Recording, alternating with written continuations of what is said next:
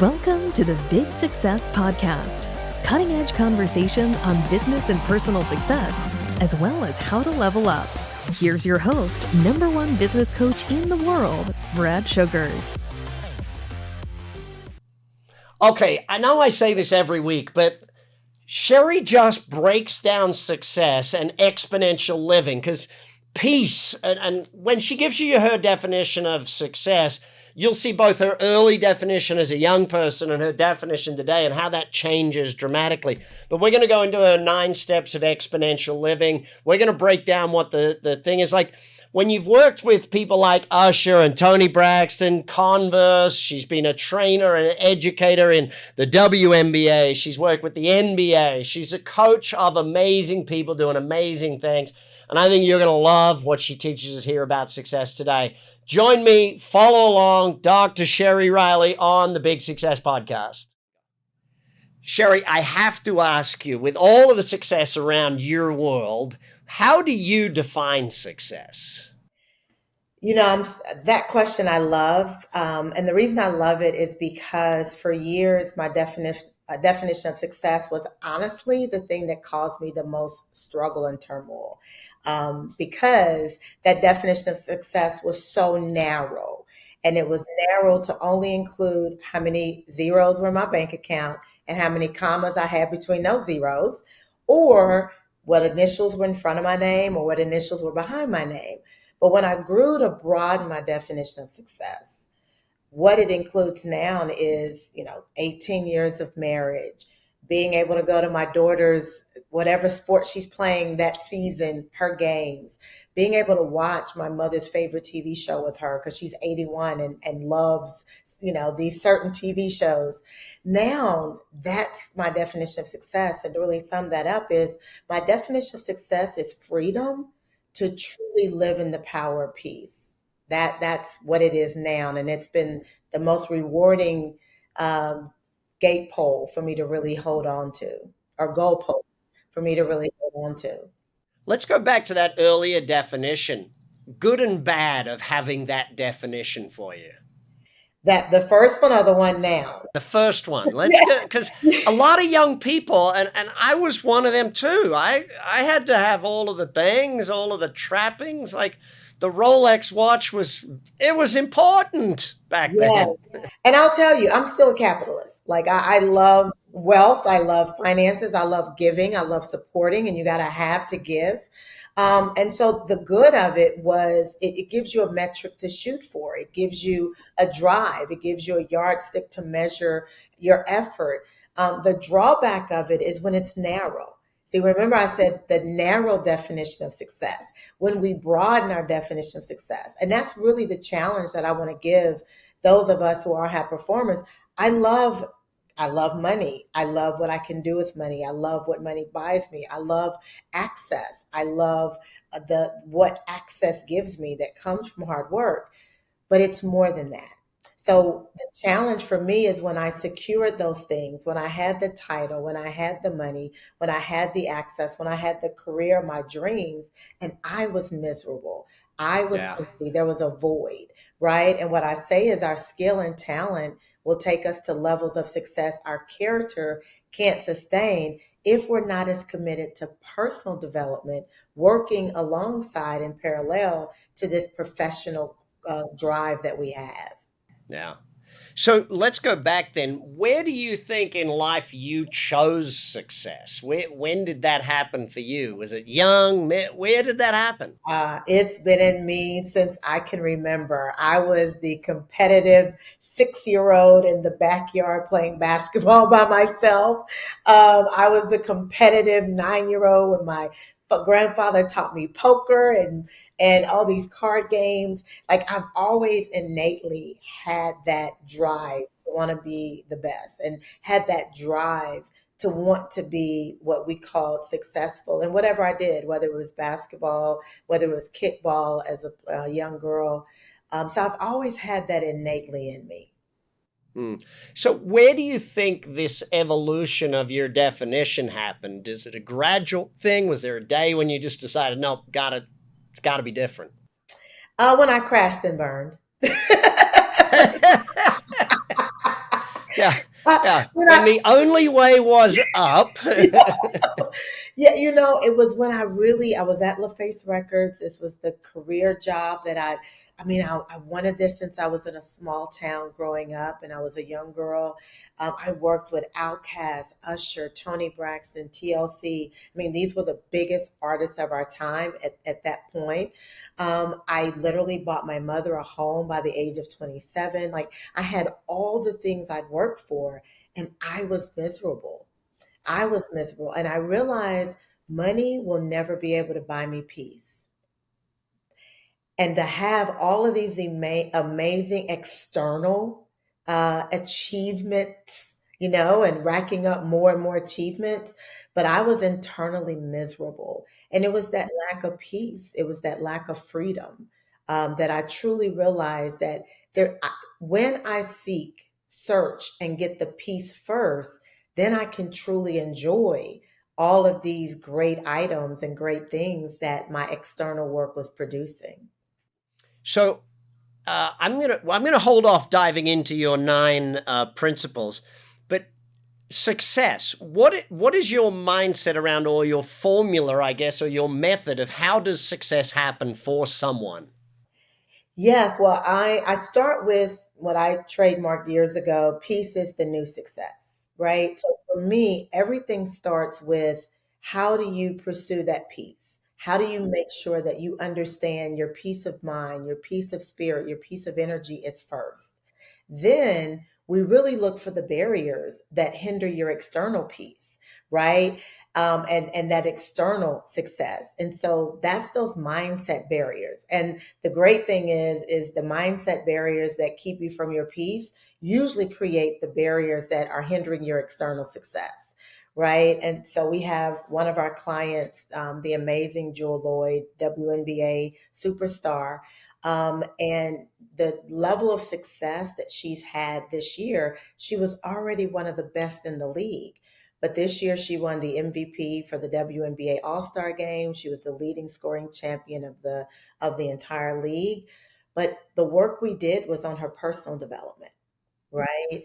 And so for me, the evolution of success is when I understood that personal development fuels our professional growth. Personal development is just as important as that professional growth. And so balancing those two, working in simultaneously with those two realities, that's what really amplifies and honestly extends our success. Yeah. So let's flip that over for a second. Sometimes, and even your own story, sometimes success comes from our biggest failures. What's the difference between someone who actually turns failure into success and someone who doesn't, I guess, is probably the simplest way to put that. Yeah, a couple of things. One, fail 7 times, get up 8. And two, right? um, Simple. and what John Maxwell says is fail forward, right? I believe sternly, and I've raised my daughters to believe this. There's nothing wrong with crying. There's nothing wrong with failure. It's what you do afterwards. Like I don't believe in mistakes. I believe there's things that we do that we learn to do differently. And so for me, failure is some of the greatest lessons. It's some of the, when you assess, you got to assess. But if you just allow it to hinder your confidence, to me, that's the only failure is when you go, oh, I failed. No, the effort you put in may need to be different. The thoughts that you had may need to evolve. The people you work with, you may need to make changes, but you're not a failure. So to me, the only failure is when you put it on you and don't assess how you can do that differently. Talk more about that assessment phase too, because I think that's real important.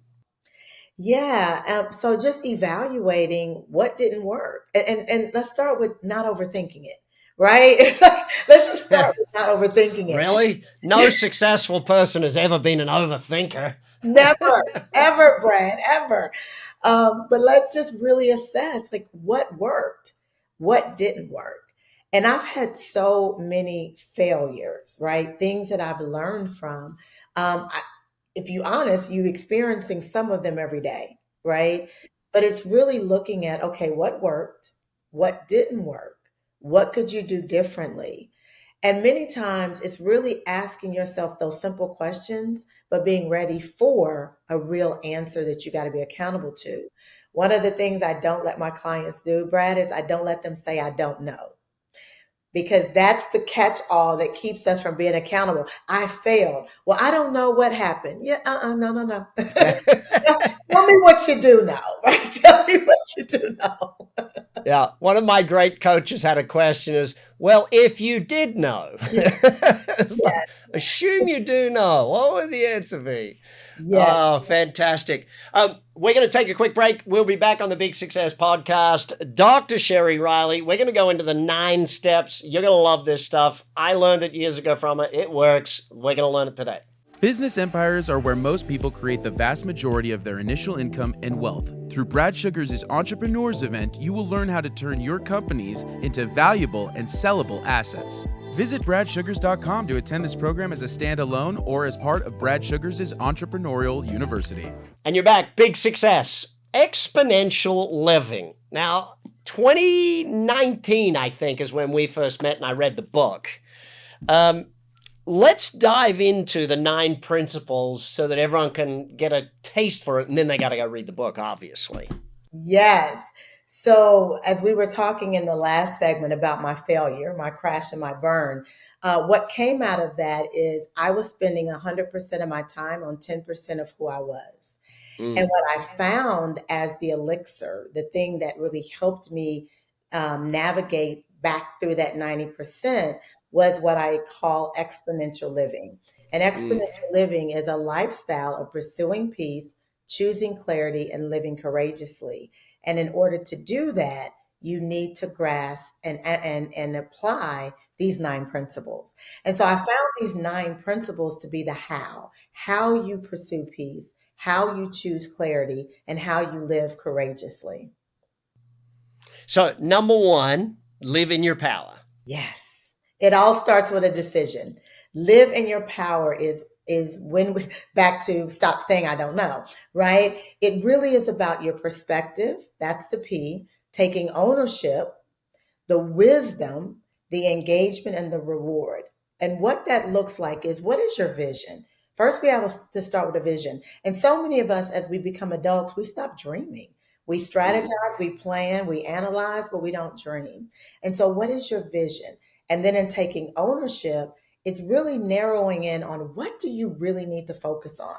We have so many things, especially in this age of social media and AI and so many other technological advances, that there's so much. But when you narrow down to what's most important, and in wisdom, when you have that clear perspective, when you take ownership, it allows you to really get clear on when opportunities are distractions. I'm going to say that again. We have to get clear on when opportunities are distractions. And when we're clear on the opportunities, that's when we have to really be present. We have to really be present. And here's the key. Our presence is not enough. We have to be present. And then that's when we get to the reward. And the reward comes from consistency. And so the first principle is really making the decision to get clear, to take ownership, and then with consistency, make sure that we remove all the triggers, all the distractions that really keep us from moving forward. Well, diving straight to number 2 then, health. As you put it, healthy living's more than just a diet. Take me into that thinking. Healthy living is more than just a diet. It's truly about relationships.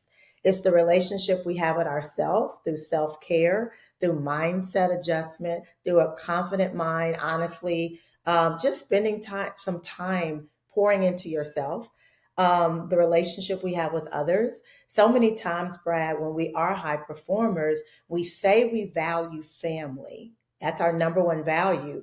But if I looked at your calendar, where you spend your money and where you spend your time tells me what you value.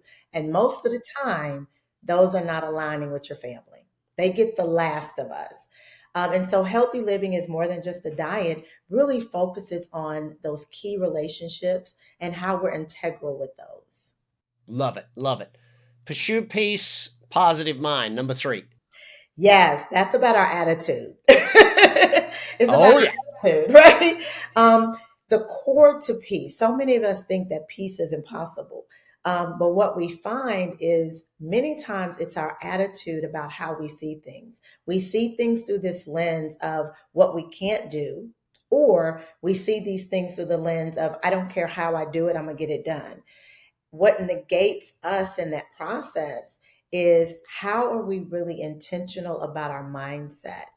And what are we really focused on with our attitude and how we show up? Yeah.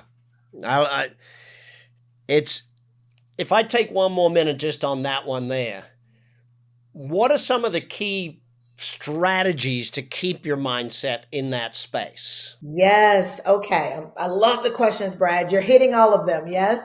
So we don't realize how negative our thinking is. And so what I do is I put my clients, the first thing I do is I put them on a 21-day peace and a positive mind challenge. And what that looks like is I want them to literally realize how negative their thinking is, which creates such a negative lens and filter for everything that they do and say. And so the first thing I ask them to do is acknowledge the negative thought. The second thing is arrest it. The third thing is replace it. So in acknowledging the negative thought, oh, hold on, nope, I'm not going to, okay, I'm thinking that today is just going to be a horrible day because my calendar is so full. Acknowledge that thought. Then arrest it. No, I have so many things that I want to do, not that I have to do. This is such an honor that I have this opportunity to do multiple podcasts, to spend time at my children's flag football game, to be able to take my spouse out on a date. These are things I get to do. So you arrest the thought and then you replace it. You replace it with the positive thinking around those things that you have in front of you. So acknowledge it, arrest it, and replace it. Number 4, servant and giving spirit. Yes. This is all about service. One of the greatest challenges we have as high performers is we believe that the more we do, the greater we feel. When the truth of the matter is, it's the more we serve. In every area of leadership, I love John Maxwell as he talks about servant leadership. And so when you're a high performer, I challenge you, one, to serve your teams, but also, where can you serve in the community? It may be at your church. It may be at a youth program. Honestly, it could be your family. Like, really, have you served your family? Not just been parent, not just been spouse, but serve. But when we do that serving, it really does pour back into our peace, pour back into our clarity, and gives us a renewed and innovative thinking that we really don't get in any other form other than that act of service. My favorite chapter, or my favorite of the principles: stop working, start maximizing. Yes, mine too. Oh my God, Brad, that is the fuel. They're like my children, right? All 9 of them are like my favorite. But this one is the fuel for exponential living. It's the fuel, because what that says, and most people say, but Sheri, you say you're a capitalist, you say you love money, you say, like, how can you say stop working? No, what I'm saying is we need to bring our heads up and really look at the opportunities we have around us.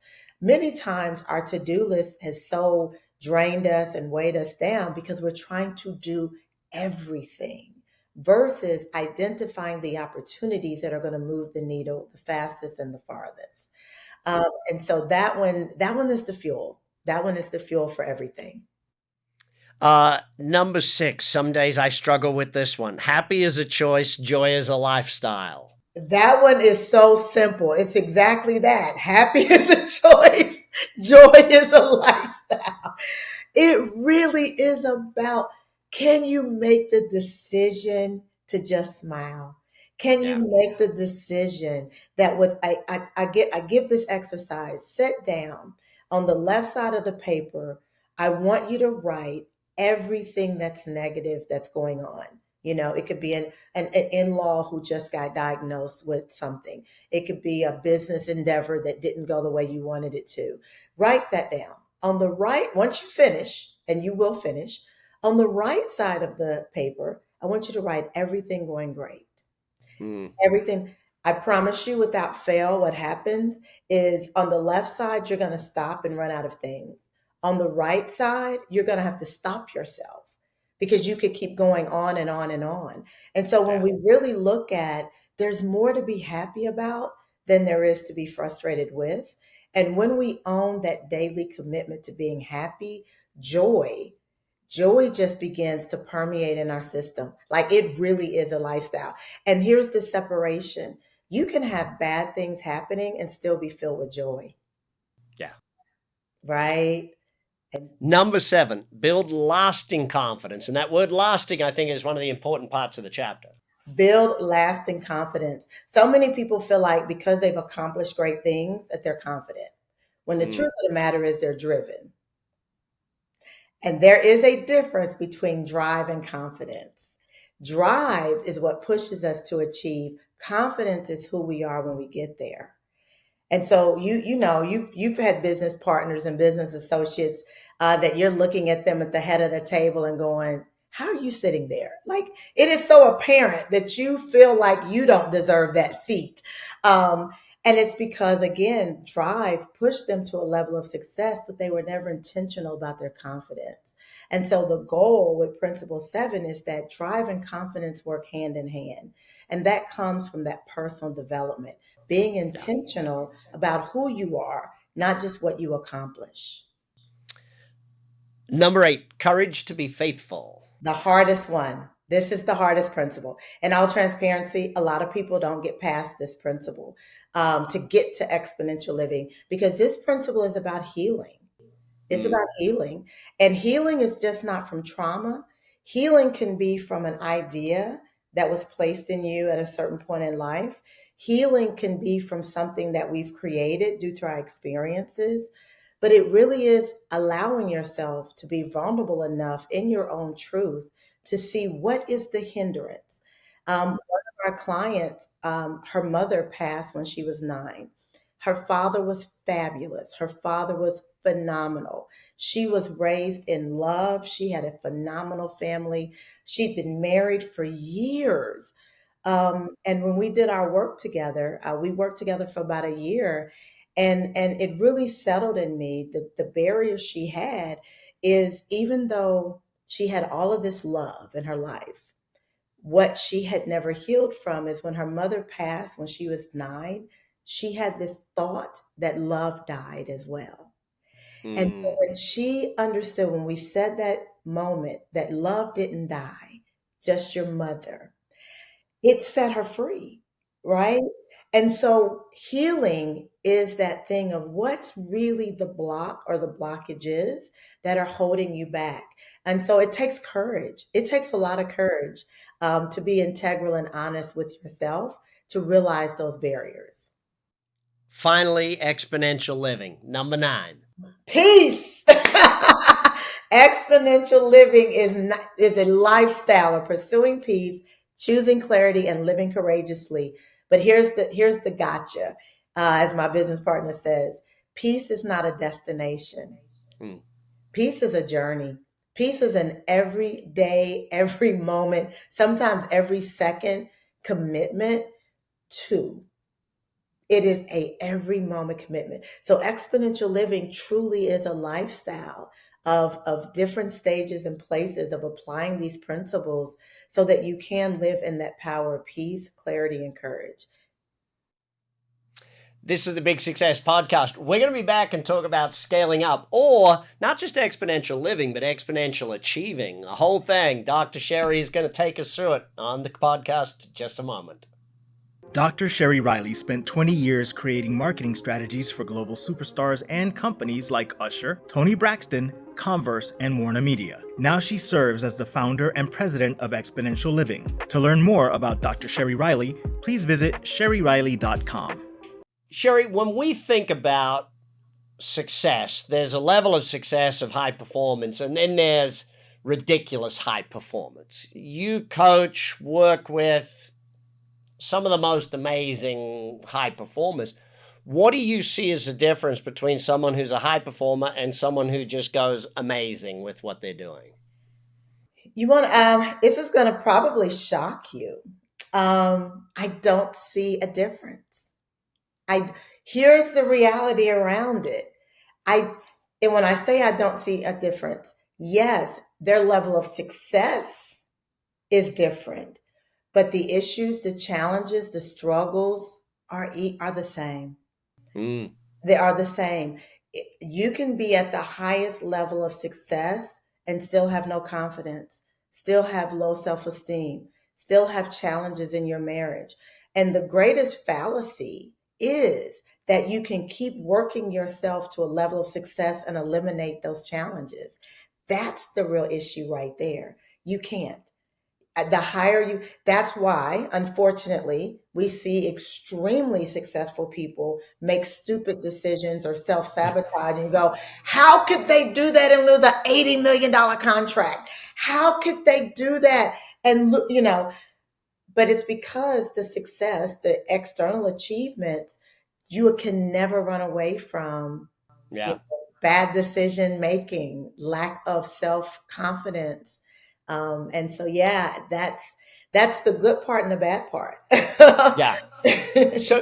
So then how do those that sustain then? Because obviously they've got to do something to get through that period. Yes, and those are the ones who really do the inner work, whether they are working with a coach or whether there's, they self-reflect and work on their self-awareness. I say all the time, what that next level of high performer is someone who understands we're all living on a continuum. You've got 10% on one end, they're fine. They can work through problems and challenges and areas of growth through their own self-awareness and self-reflection. You've got the other 10% on the other end that honestly need a therapy. There's a mental illness or challenge there. The 80% of us, Brad, we're just in the middle. We're in the middle. We're just trying to figure out life's challenges. And so what allows that next level to sustain their success is they do that inner work with help or without help, but they're committed to always learning, always growing, always stretching, always looking for the next opportunity. But it goes back to what we said earlier. They also aren't connected to the failure. Like they understand failure is something they learn from. They get up and they keep going. And I'll say this in business. Now, we kind of talked about the personal, but in the business, what I've learned and what others have learned is the difference between growing and scaling. See, they're not synonymous. You can grow a successful business. And what that means is the bigger your company gets with employees, with revenue, et cetera, it needs more of you. But when you're scaling a business and it grows in employees and it grows in revenue, it needs less of you.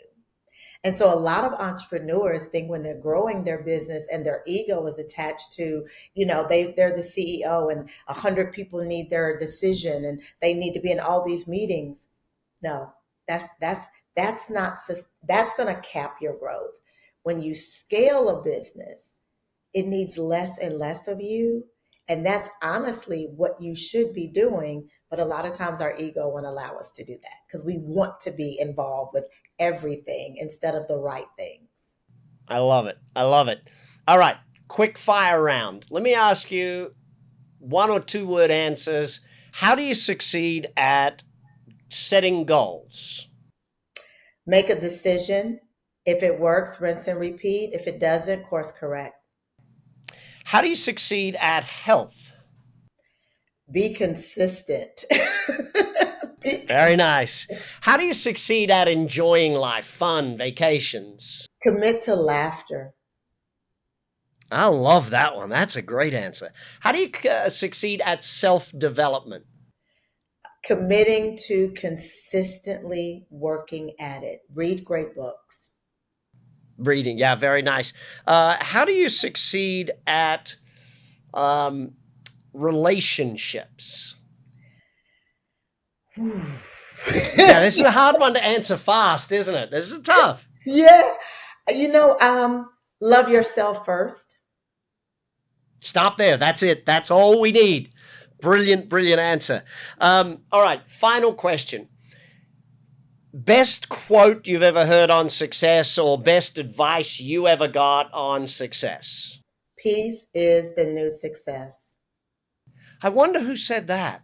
It might be the Dr. Sheri Riley from Exponential Living. Sheri, thank you so much for your time. Listen, folks, go to the show notes, follow everything, read the book, download as much as you can, rewatch or re-listen to this podcast. Keep learning, keep growing. We'll be back next week with more of your success. And that's the Big Success Podcast for today. Hopefully you took a lot of notes, and hopefully you learned a bunch, and hopefully you're going to take action on it and refer people. Remember, if you haven't subscribed, click that subscribe button now. Be with us every week on the Big Success Podcast. BS, Brad Sugar's Big Success. Take action. Check the show notes for all the links. I'll give you all the links for everything that your speaker had. Make sure you follow through and keep the learning going. Remember, you got to grow into your goals. I'll speak to you next time on the Big Success Podcast. You've been listening to the Big Success Podcast with the #1 business coach in the world, Brad Sugars. To learn more about how to achieve business and personal success, as well as how to level up or listen to past episodes, visit www.bradsugars.com.